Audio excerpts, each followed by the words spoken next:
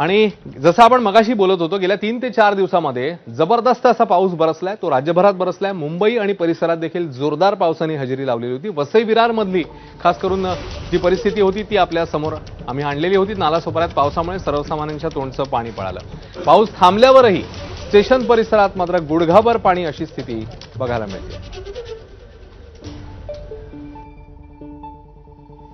मी आता सध्या नालासोपारा पूर्वेकडील स्टेशन रोडवर आहे. आपण जर बघितलं तर काल सायंकाळी 6 वाजता जी परिस्थिती होती ती आता 24 तास उलटूनही तशीच परिस्थिती आपल्याला दिसत आहे.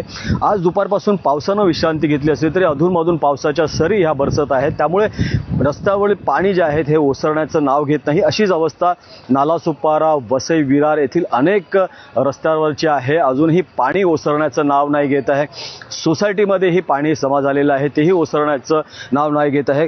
काल जी संपूर्ण पूरसदृश्य परिस्थिती होती आजही तीच आहे. पाणी जे आहे हे ओसरण्याचं नाव घेत नाहीये. प्रभाकर कुडालकर, एबीपी माझा, नालासोपारा.